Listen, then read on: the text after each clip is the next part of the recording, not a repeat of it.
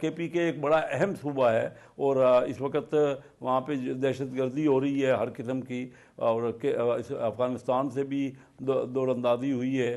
تو یہ میں سمجھتا ہوں کہ یہ ملاقات مفید ہے، اور نئے چیف منسٹر آئے ہیں، ان کو موقع دینا چاہیے کہ وہ بہتر حالات کو سازگار کر سکیں نا، اس کو طرف آ سکیں. تو اس لیے میں نہیں سمجھتا کہ اس میں کوئی کباط ہوگی.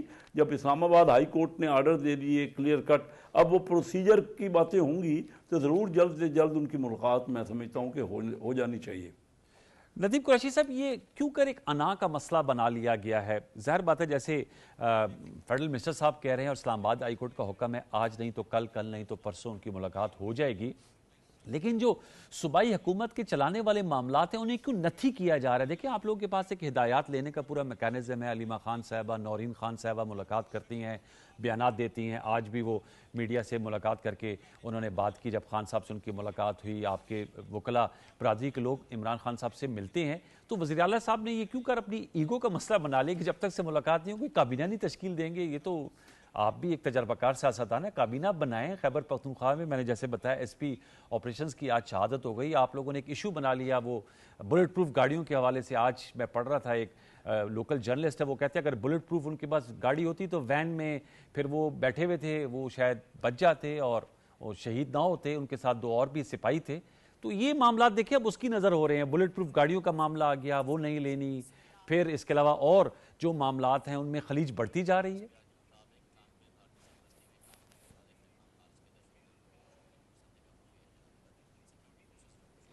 انوار صاحب، سب سے پہلے تو میں معافی چاہتا ہوں کہ میں وہ مس کر گیا. میں ذاتی طور پہ ہنگو میں جو یہ واقعہ ہوا ہے اس کی شدید مذمت کرتا ہوں. ایس پی آپریشن صاحب، ان کے جو رفقا شہید ہوئے ہیں، میں انہیں خراج تحسین پیش کرتا ہوں. ہمارا المیہ یہی ہے کہ ہم اپنے شہداء کی قربانیوں سے دیکھیں. آج 2-3 مزید فیملی اپنے موسنوں سے، اپنے فیملی ہیڈ سے محروم ہو گئی، اور یہ سلسلہ چل رہا ہے. وہ پاکستان کی افواج کے جوان ہوں، وہ پنجاب یا کے پی یا سندھ یا بلوچستان کی پولیس ہو یا دیگر لا انفورسمنٹ ادارے ہوں یا عام آدمی ہو، ہمارا بچہ ہو، ہمارا اسٹوڈنٹ ہو، جب وہ دہشت گردی کا شکار ہوتا ہے تو میں نے پہلے بھی کہا تھا پاکستان کے چیلنجز، میرے تو ایک کامن پاکستانی کی حیثیت سے پاکستان میری لو ہے، آپ کی اور میری ہم سب کی لو ہے پاکستان. میں تو پاکستان کے چیلنجز بہت ڈیفرنٹ دیکھ رہا ہوں، اور مجھے افسوس اس وقت ہوتا ہے جب حکمرانوں کی ترجیحات کا تعین کسی اور طرف نظر آتا ہے. مجھے آج بھی اس بات کا یقین ہے کہ اگر ایک پولیٹیکل ہارمونی قائم کرنی ہے تو ہمیں اپنے مخالف سوچ رکھنے والے شخص کو اہمیت اور عزت دینی ہوگی. یہ آج جو حکمران ہیں یہ تمام ادوار سے گزرے ہیں. بدنصیبی یہ ہے کہ جب ہم اپوزیشن میں ہوتے ہیں ہماری سوچ مختلف ہوتی ہے. کیا وجہ ہے کہ ایک جمہوری گورنمنٹ کے ہوتے ہوئے ایک صوبے کے وزیر اعلیٰ کون سی ایسی غیر آئینی، غیر قانونی یا غیر اخلاقی خواہش کا اظہار کر رہے ہیں؟ عمران خان صاحب کی ملاقات کے حوالے سے مطلب ہائی کورٹ کے فل بینچ نے ایک کیس کو سنا اور انہوں نے ایک فیصلہ دیا، لیکن ان کی ملاقات نہیں ہونے دی گئی. مطلب ایک ہی وقت میں قانون کا بھی، آئین کا بھی، دستور کا بھی ایک بہت بڑی عام اکائی ہے خیبر پختونخوا پاکستان کا فرنٹ فٹ پہ دہشت گردی کے خلاف، بہت ساری سازشوں کے خلاف لڑنے والا صوبہ ہے. ہمارے بہادر بہن بھائی ہے وہاں بستے. تو وہاں کے اگر وزیر اعلیٰ نے ایک خواہش کا اظہار کیا، پارٹی ہیڈ ہے عمران خان صاحب، ان سے ملاقات ہونے میں کون سا امر مانے؟ وہ تو نقطہ آ گیا تھا، لیکن اس کو نتھی کیوں کیا جا رہا ہے؟ چیف منسٹر کے پی نے نہیں بنایا. میرا سوال یہ نہیں ہے، مسئلہ موجودہ وفاقی حکومت نے بنایا ہوا ہے. سر میرا سوال یہ ہے کہ وہ تو آپ کی بات آ گئی کہ ان کو اسلام آباد ہائی کورٹ نے بھی کہہ دیا کہ ملاقات نہیں. سوال یہ ہے کہ کیا وجہ بن رہی ہے کہ خیبر پختونخوا کی کابینہ نہیں بنا رہے؟ آپ کے پاس لائنز آف کمیونیکیشن تو اوپن ہے نا، ان سے رائے لینی ہوگی، اور جو ہے اگر رائے شامل کرنا چاہتے ہیں تو ضرور شامل کر لیں. ویسے تو سپریم کورٹ کا فیصلہ بھی ہے کہ سر سوال سن لیں، سپریم کورٹ کا فیصلہ بھی ہے کہ اگر کوئی شخص کنوکٹڈ ہوں تو اگر ان کی رائے شامل ہوگی تو وہ کویش بھی ہو جائے گی وہ بات. تو میں سے جاننا چاہ رہا ہوں کہ وہ کابینہ آپ لوگ بنا لیں. گڈاپور صاحب کی جگہ جو نئے سی ایم ہے یہ پہلے انہی کی کابینہ کے حصہ تھے نا.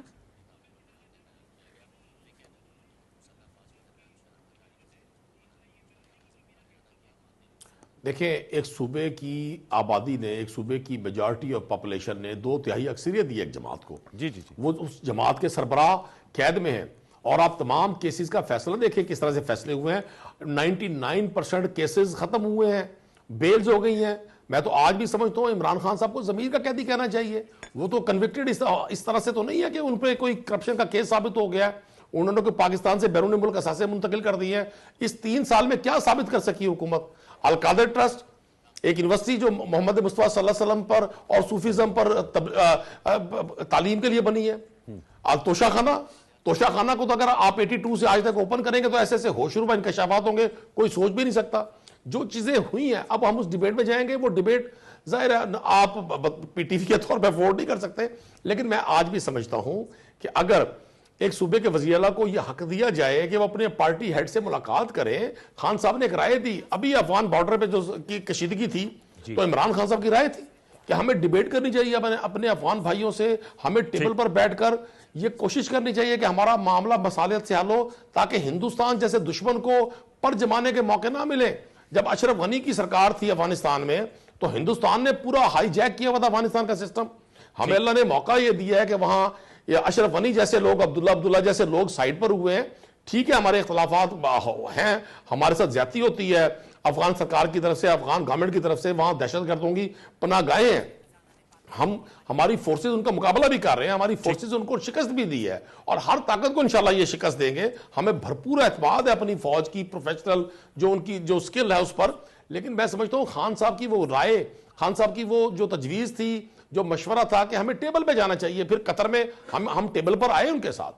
اگر اسی طرح سے فارمیشن ہو کیبنٹ کی, اور کے پی کے صوبے میں جو حالات ہیں وہ معاشی حالات ہیں, پاکستان کے ساتھ چل رہا ہے اس ملک نے, تو اگر ان کی رائے شامل ہوگی تو بہت اچھی ایک میسج جائے گا. ٹھیک, نکتہ آ گیا سر آپ کا. میں آپ کا نکتہ آ گیا. بریک پر جانے سے قبل کیسر شیخ صاحب میں آپ سے جاننا چاہوں گا, ویسے تو خان صاحب کی رہے تھے کہ آپ ان سے بات چیت کریں, لیکن میرے خیال میں جو پاکستان کی جانب سے جواب ان کو آیا ہے اس سے پاکستان نے پوزیشن آف اسٹرینتھ سے بات کی ہے.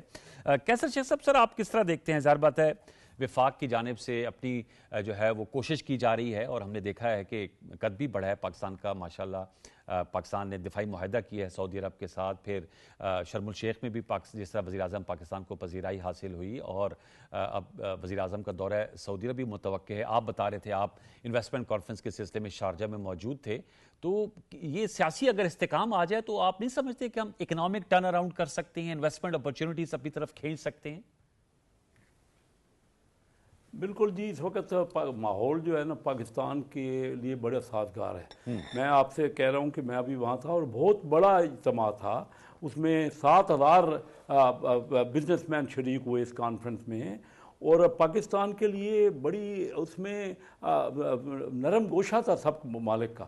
یہ معمولی بات نہیں ہے کہ ساؤتھ پہلی بار پورے ساؤتھ ایشیا کے ریجن کے لیے پاکستان کو ڈائریکٹر جنرل اس ورلڈ انویسٹمنٹ کانفرنس میں بنایا گیا ہے, اور سب نے یونانیمس کہا ہے. پاکستان کی طرف اس وقت دیکھا جا رہا ہے تمام ملک, اور میں یہ سمجھتا ہوں کہ ہمارے ملکوں میں دیکھیں نا ساؤتھ ایشیا ہے, اس میں دنیا کا 40-45% غربت تو ہمارے اس ریجن میں ہے جی. اور اس سے جب تک ہم غربت کو کس طرح ختم کریں گے, بزنس کے ساتھ, انویسٹمنٹ کے ساتھ, اور اگر ہم جھگڑوں میں ہی رہیں گے, معاملات کو ریزالو کرنا ہی پولیٹیشنز کا کام ہوتا ہے, اور صرف اس کو بڑھانا ہمارے یہاں کیا مسئلہ رہا. میں آپ سے کہتا ہوں کہ میں آج سے 53 سال پہلے میں نے شروع کیا چائنا میں جانا. اس وقت ان کا ہانگ کانگ جو ہے نا وہ ان کے پاس نہیں تھا, اور تائیوان سے تو شروع سے ہی وہ چائنا ان کو تسلیم نہیں کرتا, لیکن وہ ہمیں سمجھاتے تھے. میں آپ کو بڑا یقین سے وہ ہمیں کہتے تھے کہ آپ کو کیا ہے, ہم جب چاہیں ایک قدم بڑھائے اور ہانگ کانگ پہ ہمارا کنٹرول ہو جائے, لیکن ہانگ کانگ اپنی خوشی سے آئے گا تو ہم اس کو لے. یہ چائنا کی بات کر رہا ہوں. ان کا ملکوں کی ترقی تب ہوتی ہے جب ملک مل کے چلتے ہیں آپس میں, اور یہ تمام طرف سے ہونا چاہیے. دیکھیں ہماری حکومت تو فیڈرل حکومت نے ہمیشہ ہاتھ بڑھایا ہے. میں میاں شہباز شریف صاحب کو پرائم منسٹر, انہوں نے بہت ہی کوشش کی ہے. کسی سے ان کا آپ دیکھ رہے ہیں کہ اختلاف کا کبھی انہوں نے ہمیشہ کوشش کی کہ ہر معاملے کو سارٹ آؤٹ کیا جائے, اور جب تک ہم یہ نہیں کریں گے نا, اگر ہمارے اختلافات رہیں گے تو معاشی ترقی, کیونکہ ہمارا مین تو مسئلہ معیشت کا ہے, اور اس وقت پاکستان کے پاس اپرچونٹی ہے. پہلی بار یہ ہوا 14 سال میں کہ پاکستان کا بیلنس آف پیمنٹ پازیٹیو ہو گیا. تینوں بڑی ریٹنگ کمپنیز نے پاکستان کو مثبت ہماری ریٹنگ کی ہے, اور پھر یہ آپ دیکھیے کہ ہماری کرنسی اسٹیبل ہے. اور یہ میں ابھی مل کے آیا ہوں منسٹر آف انویسٹمنٹ جو UAE کے ہیں, انہوں نے پاکستان کے لیے انہوں نے کہا جی ہم بہت بڑی انویسٹمنٹ کرنا چاہتے ہیں. ابھی یہ وومن بینک کو بھی انہوں نے پرائیویٹائزیشن میں حصہ لیا, اور باقی بھی ان کا پی آئی اے میں ان کے دوسرے تمام اداروں کی طرف انویسٹمنٹ میں انٹرسٹ ہے. اور اگر ہم یہ جھگڑے رکھیں گے اپنے اور اپنے ملک میں, کیونکہ یہ صحیح کہا قریشی صاحب نے, ندیم صاحب نے, کہ دنیا کا 5واں بڑا آبادی کا ملک ہے, 25 کروڑ آبادی ہے, دنیا کا 3% آبادی پاکستان کی ہے. اور ہم بجائے کہ اپنی توجہ, اور کے پی کے میں کوئی حرج نہیں ہے اگر جا کے مشورہ کیا جاتا, الیکٹڈ انہوں نے بندوں کو بنانا ہے نا جی. پہلے بھی جب وزیر اعلیٰ کا انتخاب ہو رہا تھا تو میں نے تو اپنے ٹاک شو میں یہ کلیئر کہا تھا کہ ایم پی ایز کا رائٹ ہے, جو میجارٹی ایم پی ایز کی الیکٹڈ جس کو بنانا چاہیں گے وہ اپنا چیف منسٹر بنا دیں گے. کیونکہ یہ دیکھنے کا یہ پہلے ہم رائے دے دینا کہ فلاں یہ اس کی, حالانکہ کسی کو موقع دینا چاہیے نا. وہ اگر آ کے چیف منسٹر, نئے چیف منسٹر آئے ہیں اور اگر ان کو کوئی ایسا اپرچونٹی دی جائے تو بہتری کی طرف بھی معاملہ جا سکتا ہے نا. ہر معاملے کو ہم نے سلجھانا کس طرح ہے, ہمارے ہی لوگ ہیں نا, پاکستانی ہیں سارے, اور ہم نے تو باقی ان کو بھی چاہیے کہ وہ ہاتھ بڑھائیں اور جو غلطیاں ہوئی ہیں اس کو تسلیم کر لیا جائے. کوئی حرج نہیں ہے. جو کچھ انہوں نے کیا ہے, جو پی ٹی آئی کی طرف سے 9 مئی کے واقعات ہوئے ہیں, اگر اس میں تھوڑا سا وہ اپنے آپ کو بڑھ کے معذرت کریں, اور جو غلط کام ہوا ہے افواج کے خلاف, ہمارے شہیدوں کی جو ان کے ساری یادگاروں کو اس طرح شہید کیا گیا اور جس طرح بے حرمتی کی گئی. ٹھیک ہے سر, میں دوبارہ لوٹ کے آپ کے پاس آتا ہوں. ایک چھوٹا سا جی کیسا صاحب ایک وقفہ میں نے شامل کرنا ہے, ویورز ایک چھوٹا سا وقفہ شامل کرتے ہیں, دوبارہ لوٹ کے گفتگو یہیں سے آگے بڑھائیں گے. ایک چھوٹا سا وقفہ, دوبارہ لوٹ کے ہمارے ساتھ رہیے.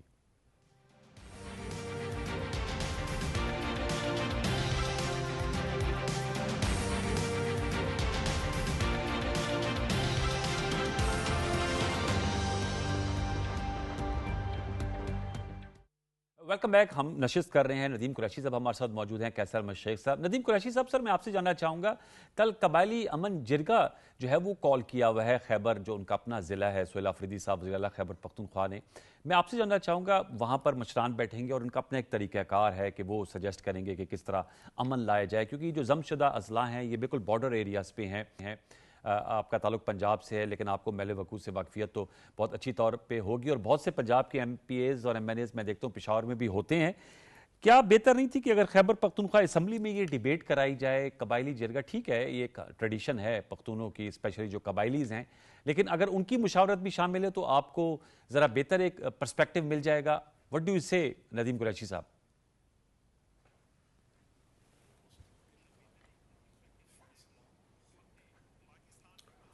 انور بھائی دیکھیں, آپ نے خود فرما دیا, آپ کا خود بھی تعلق, جو میری معلومات ہے, میری معلومات کے مطابق آپ کا تعلق بھی خیبر پختونخوا سے ہے. جی بالکل. وہاں کی اپنی صدیوں سے قائم ایک روایات ہیں, اور جب تک وہ روایات موجود ہیں, آج بھی خیبر پختونخوا میں جو بہت بڑی ایک امن کی آواز ہے وہ انہی جرگوں کی وجہ سے ہے. ورنہ دشمن کی تو بہت بڑی سازش تھی. افغان وار کے بعد بھی, رشیا وار کے بعد, اور پھر امریکہ کی وہاں افغانستان میں انٹری کے بعد جو حالات بنے اور جتنے چیلنجز کا سامنا کے پی کے عوام کو کرنا پڑا, خاص طور پہ ایجنسیز میں, جو یہ خیبر ایجنسی تھی اور دیگر ایجنسیز تھی, جہاں جتنی بڑی وہاں دہشت گردی رہی, تو وہ جو وہاں کا ایک لوکل وہاں کی ہارمنی تھی, لوگوں کا ایک دوسرے کے ساتھ اسلوب تھا, لوگوں کا ایک دوسرے کے ساتھ ماحول تھا, طریقہ کار تھا, گفت و شنید تھی, اس نے چیزوں کو بہت بہتر لے کے چلے.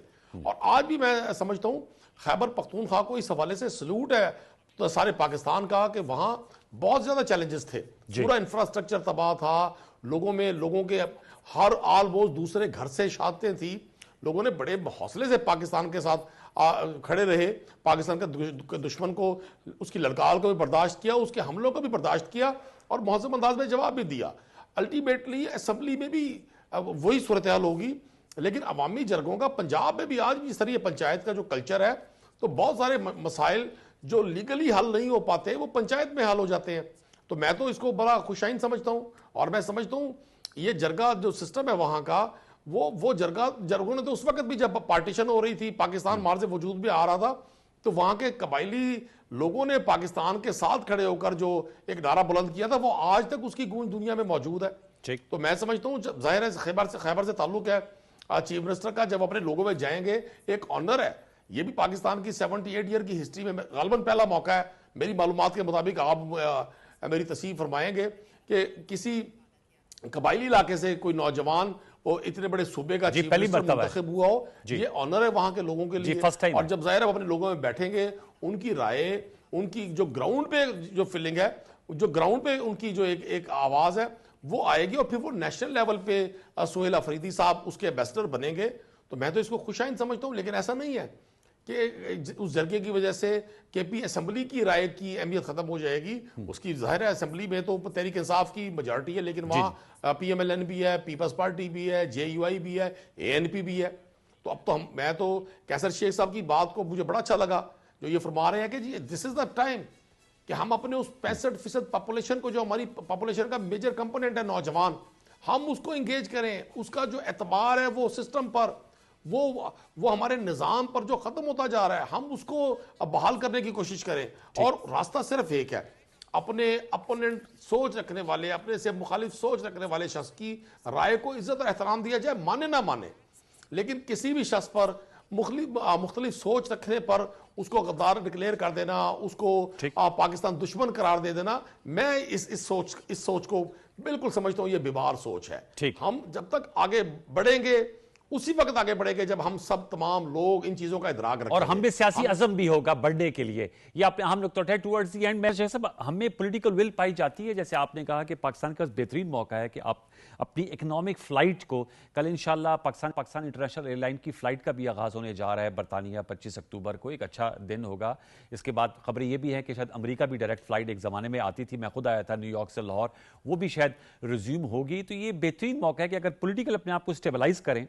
اور دیکھیں تینوں بڑی سیاسی جماعتیں، ندیم قریشی صاحب کی جماعت خیبر پختونخوا میں برسر اقتدار ہے، آپ وفاق اور پنجاب میں ہیں، اور پیپلز پارٹی سندھ میں ہے. تو بہترین موقع ہے کہ پرفارمنس کریں، ایک دوسرے کو کمپٹیشن پرفارمنس میں کریں، نہ کہ ایک دوسرے کو کانفلکٹ میں پڑ جائیں. کیا کہیں گے سر وے فارورڈ کیسر شیخ صاحب؟ جی یہ دیکھیے نا، بڑی اچھی آپ نے بات کی.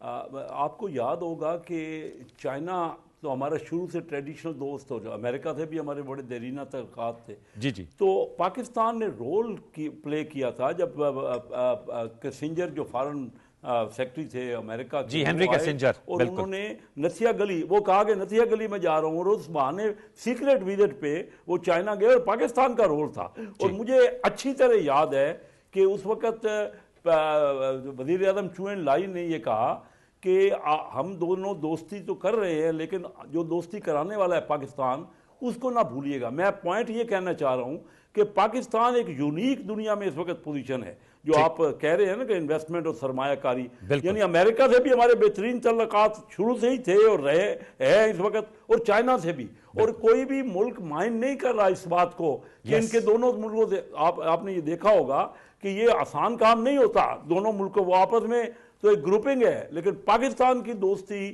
دونوں ملکوں سے، اور یہی ہمارا رول ہونا چاہیے. یہ جو ریکنسیلیشن ہے ہمیں اپنے ملک کے اندر بھی کرنی چاہیے.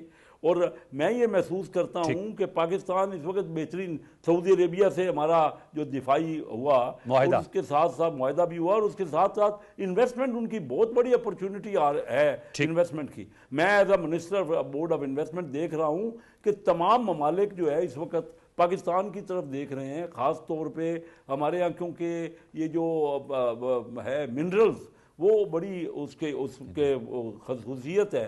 چائنا نے بین کر دیا اپنے ریئر میٹلز کو امریکہ کے لیے، اور ہمارے یہاں اپرچونٹی ہے. ہم کہہ رہے ہیں ہم یہ پرووائڈ کر سکتے ہیں، اور کے پی کے میں اور بلوچستان میں لا اینڈ آرڈر کی صورتحال بہتر ہوگی تو تب اپنے امپروو کریں گے. ویری امپورٹنٹ سر، بالکل سر. اگر چائنیز کو ہم نے پورا تحفظ دینا ہے، سب سے زیادہ چائنیز کی یہاں انویسٹمنٹ ہے، اور یہ تمام میں دیکھ رہا ہوں نا کہ توجہ پاکستان کی طرف ہو رہی ہے، تو اس کو ہمیں انکیش کرنا چاہیے. کیسا صاحب برقرار رکھنا ہے. جی میرا وقت ختم ہوا جا رہا ہے سر. بہت شکریہ وفاقی وزیر برائے سرمایہ کاری، آپ کا بہت شکریہ. ندیم کو بہت شکریہ، آپ اسپیشلی پروگرام کے لیے لاہور اسٹوڈیوز آئے اور آپ نے بڑی اچھی گفتگو کی. وی سوئچ گیئرز، ہم دوسرے اپنے موضوع کی طرف بڑھیں گے، اور وہ اس سے جڑا ہوا ہے. ایک تو ہم دیکھ رہے ہیں جیسے بات ہوئی کہ پاکستان کی چین اور رشیا کے ساتھ بڑے آئیڈیل، پاکستان کے رشیا کے ساتھ بھی اور امریکہ کے ساتھ بھی بڑے آئیڈیل تعلقات ہیں. اب تو اتنے بڑے امپورٹنٹ کیپٹل سے پاکستان ریاض ہے، ادھر بھی ہمارے ایران کے ساتھ بڑے اچھے تعلقات ہو چکے ہیں. روسی جو امریکن پریزیڈنٹ ہے ڈونلڈ ٹرمپ، وہ وزٹ کر رہے ہیں ایشیا کا، اور ان کی ملاقات بھی طے ہے چائنا کے صدر شی جی پنگ سے، اور ٹیرف وار بھی چل رہی ہے چائنا اور امریکہ کے درمیان. تو کیا اس میں کوئی اس ٹیرف وار میں کمی آ سکتی ہے؟ اور پاکستان، جیسے ابھی کیسر شیخ صاحب بات کر رہے تھے کہ ہم نے چائنا اور امریکہ کو پہلے رابطہ کاری میں بھی کلیدی کردار ادا کیا تھا، کیا اس میں بھی ہمارے گڈ آفیسز یوز ہو سکتے ہیں؟ اور دوسرا اہم ایشو ہے پیلسٹائن کا.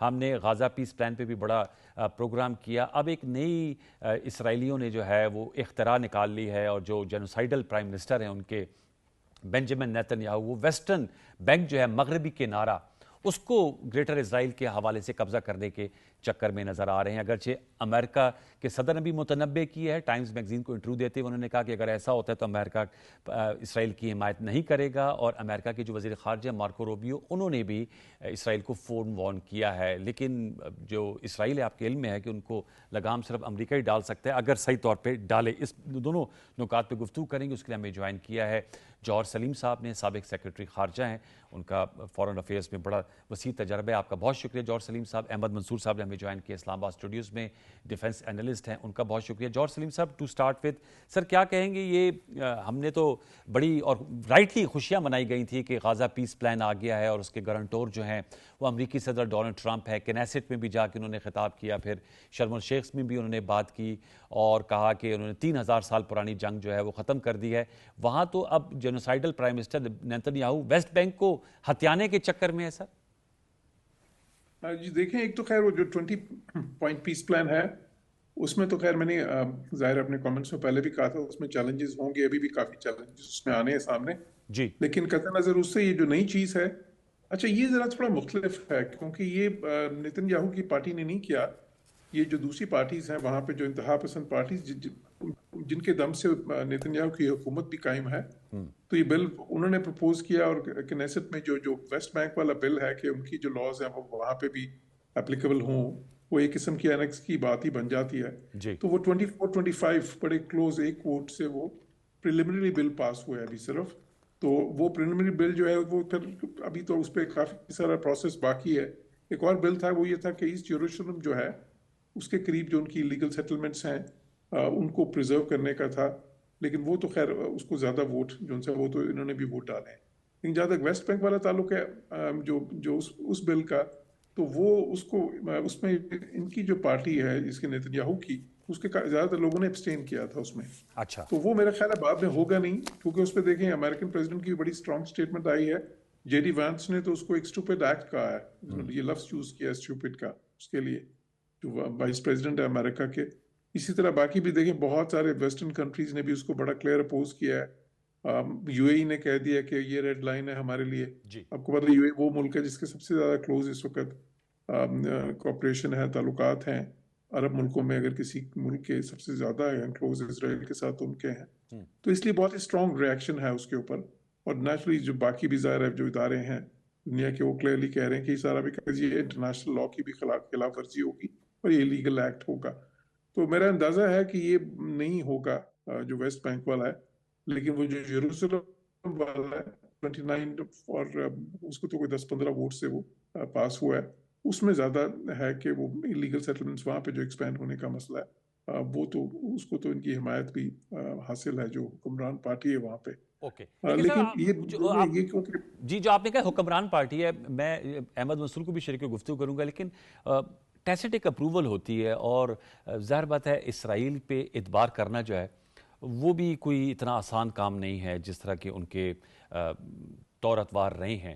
تو آپ اس حوالے سے کیا سمجھتے ہیں کہ ظاہر بات ہے امریکی صدر نے بھی لائن لی ہے، جیسے فارن سیکرٹری صاحب کہہ رہے ہیں، ان کے نائب صدر نے بھی بات کی ہے، ان کے فارن سیکرٹری نے بھی بات کی ہے، لیکن اب یروشلم میں سیٹلمنٹس وہ کرنے جا رہے ہیں. ویسٹ بینک کے حوالے سے ان کا پلان سامنے آیا ہے. پھر غازہ میں آپ نوٹ کریں کہ بعد میں پتہ چلا کہ وہ جو 98 فلسطینیوں کو شہید کر دیا، وہ اپنے ہی کوئی بم تھا، اس کی صفائی ہوتے ہوئے 2 شاید اسرائیلی ہلاک ہو گئے، جس پہ انہوں نے اتنے بم برسا دیے. جی بالکل، یہ جو اسرائیل کی اور وہاں کی جو لیڈرشپ ہے اس کی جو توسیع پسندانہ سوچ ہے، یہ بیسیکلی اس کا عکاس ہے. اب وہاں بھی انتہا پسند ان کو تو یہ امن قبول نہیں ہے. دل سے قبول نہیں ہے. دل سے قبول نہیں ہے. تو جو اسرائیل کی انتظامیہ ہے, جو حکمران ہیں, یا ان پہ جو امریکہ کا اثر ہے, یا دنیا میں وہ تنہا ہوئے اس سارے جو غزہ میں انہوں نے ظلم جبر کیا, اس پہ وہ مجبور ہوئے جو یہ پیس پروسیس شروع ہوا. تو پارلیمان نے یہ قدم لے کے پھر بتا دیا پوری دنیا کو کہ ابھی سب اچھا نہیں ہے, اور سب کو اس میں بہت محتاط رہنا ہے, کیونکہ جو اس کا ایک جو کنفلکٹ ہے وہ ختم کرنے کی طرف جانے پہ تیار نہیں ہے. اب وہ یہودی بستیاں ہیں, ان کو انہوں نے تحفظ دینا ہے پارلیمان کے ذریعے, اور غزہ, آپ جو 2 ریاستی حل ہے, آپ اس بل کے ذریعے آپ نے اس پہ اٹیک کیا ہے, اور اس پہ اٹیک کر کے آپ نے صدر ٹرمپ کو اور امریکہ کو کہیں کا نہیں چھوڑا ہے, اسی لیے یہ ریاکشن آیا ہے. اچھا, اس میں ایک پازیٹیو چیز یہ ہے کہ جو مسلم ممالک بھی ہیں اور مغرب بھی ہیں, جیسے ایمبیسڈر صاحب بات کر رہے ہیں, کہ ان کا جو ریاکشن آیا ہے وہ یہ بتا رہا ہے کہ اسرائیل کی جو پالیسی ہے وہ اب ایکسیپٹیبل نہیں ہے پوری دنیا کے لیے. اور مطلب سب نے کہا کہ بھائی ایک طرف آپ امن کی بات ہو رہی ہے, جو سب ہم نے چیزوں کو ٹھیک کر رہے ہیں, آپ پھر اس کو سبوتاژ خود ہی کر رہے ہیں. تو یہ جو ایک عمل ہے یہ پارلیمان کی طرف سے ہے ضرور, لیکن یہ قابل عمل ہے نہیں, اور دنیا بھی قبول نہیں کرے گی. لیکن وہ ٹائمز آف اسرائیل کی خبر تھی کہ یہ اصل میں وہ 20 ہاسٹیجز لینا چاہتے تھے, اور وہ اب انہوں نے حاصل کر لی ہیں جو اسرائیلی ہاسٹیجز تھے. لہٰذا آپ سمجھتے ہیں کہ اب ان کی نیت دوبارہ خراب ہو گئی ہے؟ دیکھیں, نیت تو ان کی خراب رہنی ہے, لیکن اس جگہ پہ اس مشرق وسطیٰ میں اسرائیل کو خود بھی اور پوری دنیا میں, آخر دیکھیں وہ بھی ایک ملک تو اپنے آپ کو گردانتا ہے, اس نے دنیا کے ساتھ سفارتی تعلقات بہتر کرنے ہیں, اس کی پوری کوشش ہی یہی ہے. تو اس طرح کے اقدامات کے ساتھ پھر وہ کیسے آگے بڑھ سکتا ہے؟ پھر جو اس کا سب سے بڑا سرپرست ہے, اگر وہ اس کو بھی ناراض کرتا ہے. لیکن سر یہ تو سیریل وائلیٹر آف انٹرنیشنل لا ہے نا جارج سلیم صاحب, جو ہمارے جو پرماننٹ ریپرزینٹیٹیو ہیں نیو یارک میں, انہوں نے UN میں کہا تھا نا سیکورٹی کونسل میں جواب دیتے ہوئے کہ یہ تو سیریل وائلیٹرز ہیں انٹرنیشنل لا کی, ہیومن رائٹس کی رسپیکٹ نہیں کرتے. اور ٹائمز آف اسرائیل کی خبر تھی کہ 20 ہاسٹیجز لینے تھے, اس لیے انہوں نے اس وقت راضی ہو گئے امریکی صدر کے پلان پہ. اب دوبارہ سے اس لیے ان کی نیت خراب ہے, کبھی پارلیمان کے ذریعے, کبھی کسی اور ایڈمنسٹریٹو پیونیٹیو ایکشن کے تحت کارروائیاں اپنی جاری رکھے ہوئے ہیں. جی دیکھیں, نیت کا تو مسئلہ ہے بالکل ادھر, لیکن ظاہر ہے کہ کیونکہ اس پہ امریکہ کا پریشر ہوگا, اور باقی بھی جو سارے ملک ہیں جو اس میں شامل ہیں, عرب ملک ہیں, پھر ویسٹرن کنٹریز کا اس سے پہلے کافی سارا ایک پر پریشر جنریٹ ہوا تھا جب انہوں نے ریکگنائز کرنا شروع کر دیا تھا ان کی مرضی کے خلاف پیلسٹین اسٹیٹ کو. تو اس لیے میرا خیال ہے کہ وہ چیلنجز اس میں آئیں گے. اور اس میں دوسرا چیلنج خیر حماس کی طرف سے بھی ہے, کیونکہ وہ جب انہوں نے جہاں ویکیٹ کیا تو حماس نے بھی ادھر اپنا دوبارہ سے قبضہ شروع کر دیا تھا. تو اصل چیلنج وہی ہوگا کہ جو حماس کا ڈسارم ہونا ہے اس میں, اور پھر اس کے بعد اسرائیل کہاں تک اس میں آئے گا, جو ہے نا, کیونکہ جو اصل چیز ہے وہ یہ کہ اگر تو نیوٹرلز بیچ میں آتے ہیں اور نظم و نسق سنبھالتے ہیں وہاں کا, جو کہ پیلسٹینینز ہی ہوں گے, اور پھر انٹرنیشنل پیس کیپرز اگر آتے ہیں تو پھر بات آگے چلے گی. جو ایمبیسڈر صاحب کا معذرت, ایک خبر یہ بھی آج چل رہی تھی کہ کوئی فلسطینی گروپس آمادہ ہو گئے ہیں ٹیکنوکریٹک سیٹ اپ کے حوالے سے جو فلسطینی ہی ہوگا. دیکھیں وہ تو ایک تو دیکھیں نا, ان کی جو ظاہر ہے جو سارے وہ فلسطینی ہیں جو وہاں پہ نہیں ہیں, جو فتح والے ہیں یا PLO والے ہیں, وہ تو آلریڈی آپ کو پتا ہے حماس کے ویسے ہی خلاف ہے نا. تو وہ تو چاہتے تھے کہ وہ تو الٹا چاہتے ہیں کہ حماس بالکل ڈسارم ہو اور ان کا کوئی وہاں پہ کنٹرول نہ رہو, اور وہ تو چاہتے ہیں کہ اگر ان کو شامل کیا جائے اس میں PLA والوں کو, تو جو پیلسٹینین اتھارٹی ہے. لیکن اس میں زیادہ جو ہے وہ چانس یہ ہے کہ بیچ میں ایسے لوگ ہوں, کیونکہ وہ پھر حماس اس میں پرابلمس کر سکتا ہے, جو کہ بالکل نیوٹرل ہوں, ٹیکنوکریٹس ہوں, لیکن ہوں پیلسٹینینز. اور ان کے اوپر جو ہوگا پھر وہ بورڈ آف پیس ہے جس کے سربراہ ظاہر ٹرمپ ہیں. ٹونی بلیئر اب ہیں یا وہ آؤٹ ہو گئے ایکویشن سے؟ ٹونی بلیئر کا نہیں, ابھی تک وہ ظاہر ہے واضح نہیں ہے, کیونکہ وہ ٹرمپ کی خواہش ہے, لیکن اس کے اوپر اپوزیشن کافی زیادہ ہے ابھی تک, تو اس لیے وہ پھر بعد میں وہ اتنا زیادہ نہیں آیا. لیکن اس کے خدوخال سامنے تو تب آئیں گے کہ سب سے پہلے تو جب یہ جو ڈسارم ہے نا, حماس نے جو ڈسارم کا ہتھیار ڈالنے کا ہے, اور پھر یہ جب ایک بار وہ جو کنٹرول ہے ادھر کا وہ کلیئر ہو جائے کہ جو سا یہ نیوٹرل جو سنبھالیں گے, ایک بار جب وہ ہو جائے تو پھر بعد میں باقی چیزیں ہوں گی. لیکن یہی مشکل مرحلہ ہے, کیونکہ اسی کے اوپر نیگوسیشنز ابھی چل رہی ہیں. دیکھیں یہ 20 پوائنٹس جو ہیں یہ تو ایک اصولی طور پہ بات طے ہوئی ہے نا, اس کی جو ڈیٹیلز ہیں